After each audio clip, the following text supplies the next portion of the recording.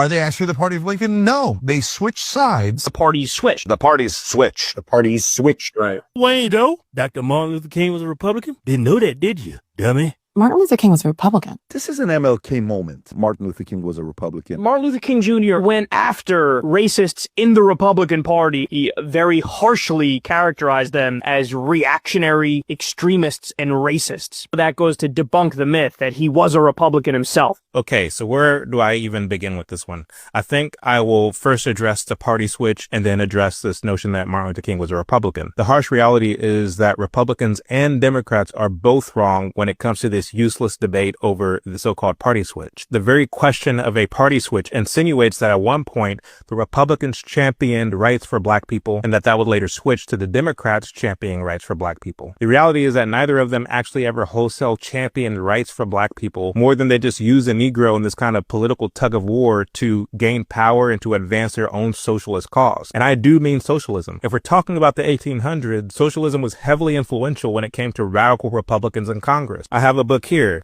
Letters to Americans, Friedrich Engels and Karl Marx. This book consists of only some of the correspondence letters between Marx and Union congressmen and war generals who belonged to the Republican Party. They didn't care about the Negro as much as they did using emancipation as a kind of catalyst to push for the proletarian revolution in America. That's also corroborated by letters between Marx and Engels and this book here, The Civil War in the United States. Again, correspondence between Marx and Engels talking about slavery and how to exploit it to advance the socialist cause. Now, if we're talking about the 20th century, you begin to see the socialists gain more of a foothold in the Democrat Party, especially under FDR's administration, who opened the floodgates for communist infiltration into American institutions and government. As Americans, you have a legal and constitutional right to call yourselves communists. I have another book here, What is to be Done by Vladimir Lenin. Many of your Democrat strategists use this as a kind of playbook to advance the socialist cause in America. The question isn't whether the party switched, but to what degree did the socialists influence this or that major political party in a given era? Which leads me to Martin Luther King.